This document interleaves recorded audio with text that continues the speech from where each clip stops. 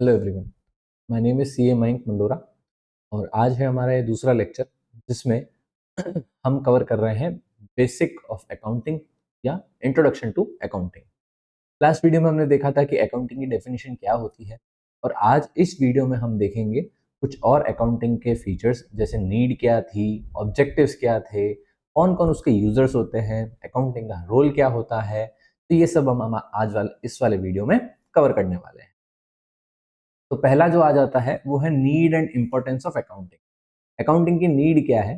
सबसे पहले ये हमको इंफॉर्मेशन प्रोवाइड करती है बिजनेस से रिलेटेड कि बिजनेस प्रॉफिट में है, लॉस में है, कितना उसका एक्सपेंस हो रहा है, कितना उसका सेल हो रहा है। तो एक तरह से अकाउंटिंग आपको इंफॉर्मेशन प्रोवाइड करती है एक यूजफुल और एक फॉर्मेट में, स्पेसिफिक फॉर्मेट में, जिससे आपको देख के इंटरप्रेट किया जा सके कि आपको बिजनेस में प्रॉफिट है या लॉस है। दूसरा, एड्स इन डिसीजन मेकिंग।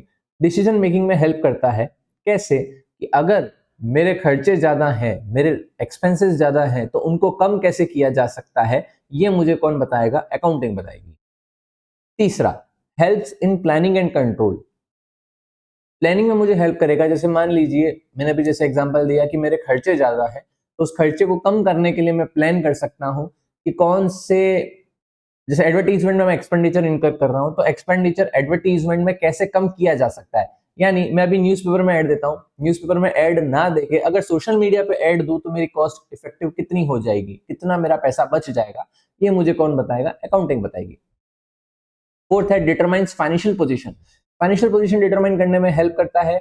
हम बैलेंस शीट के थ्रू देख सकते हैं कि कितने लोन है ऑर्गेनाइजेशन पे या बिजनेस में, कितने लोन है, कितने हमारे डेटर्स हैं, कितने हमारे क्रेडिटर्स है, कितनी हमने सेल करी है, कितना हमने प्रॉफिट करा है, हमारे पास एसेट्स कितनी है। ये सब हमको बता सकता है, अकाउंटिंग के थ्रू हमको मालूम पड़ सकता है और ये हमें फाइनेंशियल पोजीशन निकालने में हेल्प करता है। फाइनेंशियल पोजीशन से मतलब सिर्फ इतना है कि बिजनेस कितना स्ट्रांग है, ये हमें कौन बताएगा? अकाउंटिंग। फिफ्थ है ensures accountability, creates a record of transaction and helps fix responsibility. सबसे पहले अकाउंटेबिलिटी क्रिएट करता है कि ये ट्रांजैक्शन किसने रिकॉर्ड किया, कब रिकॉर्ड किया, ये सब आपको कौन बताएगा? अकाउंटिंग बताएगी। सिक्स्थ है कंप्लायंस एंड लीगल रिक्वायरमेंट्स। जैसे अगर आपका बिजनेस अच्छा है, उसमें टर्नओवर अच्छा हो रहा है, तो आपको मैंडेटरीली अकाउंटिंग करनी पड़ती है, क्योंकि इनकम टैक्स डिपार्टमेंट कहता है, जीएसटी डिपार्टमेंट कहता है, गवर्नमेंट के अलग अलग ऑर्गेनाइजेशंस कहती है कि आपको अपनी बुक्स बनानी पड़ेगी, आपको अपनी अकाउंटिंग प्रॉपर वे में करनी पड़ेगी। और लास्ट है फैसिलिटेट्स ग्रोथ एंड एक्सपांशन। अगर आपको बिजनेस का in and out totally thoroughly पता है, तो फिर आप अपने बिजनेस को एक्सपांड कर सकते हैं और अच्छे से ग्रो कर सकते हैं। तो ये तो थे हमारे needs and importance of accounting. अब हम देखते हैं ऑब्जेक्टिव्स ऑफ अकाउंटिंग। ऑब्जेक्टिव क्या है? सिंपल है। सबसे पहले सिस्टमेटिकली ट्रांजैक्शंस को रिकॉर्ड करता है, क्लासिफाई और समराइज करता है कि कौन सा रेवेन्यू एक्सपेंडिचर है, कौन सा कैपिटल एक्सपेंडिचर है। रेवेन्यू एक्सपेंडिचर का मतलब क्या होता है? जो छोटे छोटे अमाउंट में हर साल किया जाता है। जैसे एक फर्नीचर है, उस फर्नीचर को रिपेयर किया, तो रिपेयर करना एक रेवेन्यू एक्सपेंडिचर है, क्योंकि वो बार बार इनकर हो सकता है। और फर्नीचर को इन टोटल नया खरीद के लाना, ये एक कैपिटल एक्सपेंडिचर है। कैपिटल एक्सपेंडिचर मतलब एक हैवी इन्वेस्टमेंट इन्वॉल्व होता है। तो इसलिए सेकंड पॉइंट कहता है to classify and summarise the transaction. सबसे पहले क्लासिफिकेशन करो ट्रांजैक्शन का और उसको समराइज करो। थर्ड है प्रॉफिट और लॉस और फाइनेंशियल पोजीशंस को डिटरमाइन करना। फोर्थ है यूजफुल इंफॉर्मेशन यूजर्स को देना ताकि वो डिसीजन मेकिंग कर सके। यूजर्स कौन है वो भी आगे आएगा। फिफ्थ है ensures accuracy, completeness and timeliness of information. और लास्ट है to help in comparison with past performance and future plans. Past performance में कैसे हेल्प करता है कि लास्ट ईयर मेरे को अगर इतना प्रॉफिट हुआ था, तो इस साल मुझे कितना प्रॉफिट हुआ है, परसेंटेज ऑफ प्रॉफिट क्या है, टोटल सेल कितनी है। उस हिसाब से मुझे मालूम पड़ सकता है कि मैं कहां पे लैग कर रहा हूं। मेरी पिछले साल अगर सेल ज्यादा थी और इस साल अगर कम है, तो ऐसा क्यों हुआ है, ये मैं कैसे पता लगा सकता हूं? अकाउंटिंग के थ्रू पता लगा सकता हूं। नेक्स्ट है रोल ऑफ अकाउंटिंग। अकाउंटिंग का रोल क्या है? Record keeping. सबसे पहले सारे बिजनेस ट्रांजैक्शंस को रिकॉर्ड करना है और उसको ऑर्गेनाइज मैनर में एंट्री करनी है उसकी। सेकंड है मेजरमेंट। अकाउंटिंग में सिर्फ वही एंट्रीज या सिर्फ वही ट्रांजैक्शंस आएंगे जिसमें पैसा इन्वॉल्व है। ये मैंने आपको लास्ट वीडियो में भी बोला था। जहां पे फाइनेंशियल टर्म्स में उसको मेजर किया जा सकता है, वहां पे अकाउंटिंग का रोल आता है। थर्ड है क्लासिफिकेशन। ट्रांजेक्शन को अप्रोप्रिएटली क्लासिफाई करेंगे कैटेगरी में, जैसे अभी मैंने एक एग्जांपल दिया रेवेन्यू एक्सपेंसेस और कैपिटल एक्सपेंडिचर। और नेक्स्ट है समराइजेशन, सभी डेटा को एक समराइज करके फाइनेंशियल स्टेटमेंट्स को प्रिपेयर करना। जैसे मैंने एक गुड सेल करे तो पहले मैं उसको सेल बुक में डालूंगा, फिर उसकी एक एंट्री करूंगा, फिर उससे प्रॉफिट एंड लॉस बनाऊंगा और उससे बैलेंस शीट बनेगी। तो ये था समराइजेशन वाला पार्ट। प्रॉफिट एंड लॉस और बैलेंस शीट वाला जो पार्ट है वो समराइजेशन का पार्ट है, तो वो लास्ट स्टेप है। सारे ट्रांजेक्शन्स रिकॉर्ड होने के बाद जो लास्ट स्टेप आएगा वो होगा समराइजेशन। नेक्स्ट है एनालिसिस एंड इंटरप्रिटेशन। एनालिसिस में हेल्प करता है कितना प्रॉफिट हो रहा है, कितना लॉस हो रहा है। नेक्स्ट कम्युनिकेशन, इंफॉर्मेशन कम्युनिकेट हो जाती है यूजर्स को, कौन कौन उसके यूजर्स हैं वो भी आगे आने वाला है। और डिसीजन मेकिंग में हेल्प करता है। तो रोल हो गए, ऑब्जेक्टिव हो गए, नीड और इंपॉर्टेंस हो गई, ये मोटा मोटी तौर पे देखा जाए तो सेम है। नेक्स्ट है यूजर्स ऑफ अकाउंटिंग इंफॉर्मेशन। इसमें दो जने होते हैं, एक तो इंटरनल यूजर्स, एक होता है एक्सटर्नल यूजर्स। इंटरनल यूजर्स यानी वो जो बिजनेस के अंदर काम करते हैं, जैसे मैनेजमेंट, एम्प्लॉइज और पार्टनर हो गया, ओनर हो गया, शेयर होल्डर हो गया, ये सब कौन है? Internal users. अब मैनेजमेंट कैसे अकाउंटिंग को यूज करता है, कैसे उसके काम आती है? मैनेजमेंट को काम आता है प्लानिंग में।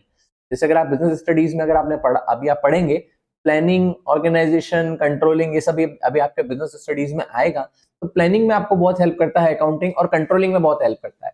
प्लानिंग में ये हेल्प करता है कि जैसे मान लीजिए अभी मेरा जो बिजनेस है वो पर्टिकुलर एक रीजन में है। मान लो मैं दिल्ली से बिजनेस करता हूँ, अब मुझे ऑनलाइन बिजनेस शुरू किया है और ऑनलाइन मुझे कर्नाटका से बहुत सारे ऑर्डर आ रहे हैं। तो मेरे को प्लानिंग में हेल्प करेगा कि मुझे कर्नाटका में भी एक बिजनेस यूनिट लगानी चाहिए या नहीं। तो ये मुझे कौन बताएगा? अकाउंटिंग बताएगी। नेक्स्ट है एम्प्लॉइज के लिए। एम्प्लॉइज को फाइनेंशियल पोजीशन का मालूम होगा तो वो अपना ग्रोथ देख सकते हैं बिजनेस उस ऑर्गेनाइजेशन में। अगर कंपनी अच्छा काम कर रही है तो मुझे सैलरी अच्छी मिलेगी, मुझे बोनस अच्छा मिलेगा, मुझे एप्रिसिएशन हाइक अच्छा मिलेगा, अगर कंपनी अच्छे से काम करेगी तो एम्प्लॉइज अकाउंटिंग इंफॉर्मेशन को इस तरीके से देखता है। और नेक्स्ट है ओनर्स और शेयर होल्डर्स। उनके लिए कैसे इंपॉर्टेंट है कि उन्होंने पैसा उस बिजनेस में लगाया है। अगर वो बिजनेस उनको पैसा कमा के नहीं दे रहा है तो उनका वो पैसा लगाना वेस्ट है। तो वो उसके हिसाब से डिसीजन लेंगे कि मुझे ये पैसा बिजनेस में रखना है या नहीं रखना। नेक्स्ट है एक्सटर्नल यूजर्स। इस इमेज में नहीं है, मैं आपको बता देता हूँ एक्सटर्नल यूजर्स कौन होते हैं। एक्सटर्नल यूजर सबसे पहले तो आ जाएगी गवर्नमेंट। गवर्नमेंट का मैं आपको लास्ट वीडियो में भी बता चुका हूँ, वापस से एक बार समझा देता हूँ कि एक्सटर्नल यूजर्स यानी वो यूजर्स, जैसे गवर्नमेंट हो गई। गवर्नमेंट कैसे? Income tax department, GST department, ये सभी आपके इंफॉर्मेशन को, अकाउंटिंग इंफॉर्मेशन को देखती है। नेक्स्ट है डेटर्स। डेटर्स और क्रेडिटर्स। क्रेडिटर्स के लिए अगर अपन देखें तो क्रेडिटर्स हमारे लिए इंपॉर्टेंट है। कैसे? कि मैं अगर गुड्स उधार पे खरीद के ला रहा हूं और अगर मेरी अकाउंटिंग, मेरी जो फाइनेंशियल स्ट्रेंथ है वो अगर अच्छी नहीं है तो मुझे मार्केट में कोई उधार नहीं देगा। अगर मेरा नाम, जैसे बिजनेस में नाम चलता है कि अगर आपका नाम पेमेंट में, जैसे आप पेमेंट में डीले करते हैं, अगर आपका बिजनेस में नाम खराब है तो आपको कोई उधार पे माल नहीं देगा। जैसे एक एग्जांपल हो गया, गवर्नमेंट हो गया और क्रेडिटर्स हो गया। तो क्रेडिटर्स आपको माल उधार पे नहीं देंगे अनटिल एंड अनलेस आपकी अकाउंटिंग और आपके फाइनेंशियल्स जो है वो बहुत स्ट्रांग हो। तो ये कुछ दो यूजर्स थे जो भी मेरे को याद आ रहे हैं एक्सटर्नल यूजर्स के। बाकी आपको थियोरेटिकली बुक में और भी बहुत सारे मिल जाएंगे। नेक्स्ट है basic terms used in accounting. सबसे पहले एंटिटी। एंटिटी का मतलब वो जो ऑर्गेनाइजेशन जिसके हम अकाउंटिंग कर रहे हैं या जिसकी हम बात कर रहे हैं। नेक्स्ट है ट्रांजेक्शन। कोई भी इकोनॉमिक इवेंट, कोई भी ऐसा ट्रांजेक्शन जिसमें पैसा इन्वॉल्व है वो एक तरह से ट्रांजेक्शन कहलाएगा। थर्ड है कैपिटल। कैपिटल यानी वो पैसा या वो अमाउंट जो मैंने बिजनेस में इन्वेस्ट किया है बिजनेस चलाने के लिए। जैसे कोई भी बिजनेस शुरू होता है तो उसके लिए क्या लगता है? पैसा लगता है। जैसे मैं स्टॉक खरीद के लाऊंगा तो वो मेरे लिए क्या है? कैपिटल।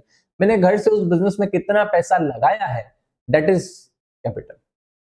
नेक्स्ट है रेवेन्यू। रेवेन्यू को हम कहते हैं दूसरा नाम इनकम, कि हमने कितना रेवेन्यू जनरेट किया। अब रेवेन्यू आप कैसे भी जनरेट कर सकते हो, गुड्स बेच के जनरेट कर सकते हो, या आपको इंटरेस्ट इनकम हो सकती है, या किसी भी तरीके से अगर आपके बिजनेस में पैसा इनफ्लो आ रहा है तो that is known as revenue. Next है एक्सपेंस। आपके बिजनेस से जो भी पैसा जा रहा है एक्सपेंस के तौर पे, not capital expenditure, revenue expenditure. जैसे रिपेयर हो गया, एडवर्टीजमेंट हो गया, सैलरी हो गई, रेंट हो गया, वाटर एक्सपेंसेस हो गया, इलेक्ट्रिसिटी एक्सपेंसेस हो गया, ये सब क्या है मेरे लिए? एक्सपेंसेस। नेक्स्ट है एसेट। अब अगर मैं कोई कैपिटल एक्सपेंडिचर करता हूं, जैसे मैंने 2 लाख का फर्नीचर खरीदा, तो वो रेवेन्यू एक्सपेंडिचर नहीं है। क्यों? क्योंकि 2 लाख का जो मैंने फर्नीचर खरीदा वो 10 साल चलेगा, 8 साल चलेगा, 5 साल चलेगा, या एक्स ईयर्स चलेगा। तो वो कैपिटल एक्सपेंडिचर कहलाएगा और वो किस में जाएगा? एसेट में जाएगा। एसेट यानी वो चीज जो मेरे बिजनेस की है या जो मैं ओन करता हूं। जैसे मैंने गाड़ी खरीदी तो that is asset for me. मैंने कोई मशीनरी खरीदी, that is asset for me. तो एसेट यानी वो चीज जो मैं ओन करता हूं। लाइबिलिटी, लाइबिलिटी इसका अपोजिट, वो चीज जो मैं उधार पे लेकर आया हूं या मुझे किसी को पैसे का पेमेंट करना है, that is my liability. Next है प्रॉफिट, जब मेरा रेवेन्यू ज्यादा होगा और खर्चे कम होंगे तो मेरे को क्या होगा, प्रॉफिट। वाइस वर्सा, मेरा रेवेन्यू कम है लेकिन खर्चे ज्यादा है तो मुझे क्या हो गया, लॉस। फिर है ड्रॉइंग्स, ड्रॉइंग्स यानी वो पैसा जो मैं बिजनेस से विड्रॉ करता हूं अपने पर्सनल यूज के लिए। जैसे मैं बिजनेस कर रहा हूं तो क्यों कर रहा हूं, क्योंकि मैं मेरा घर चला सकूं।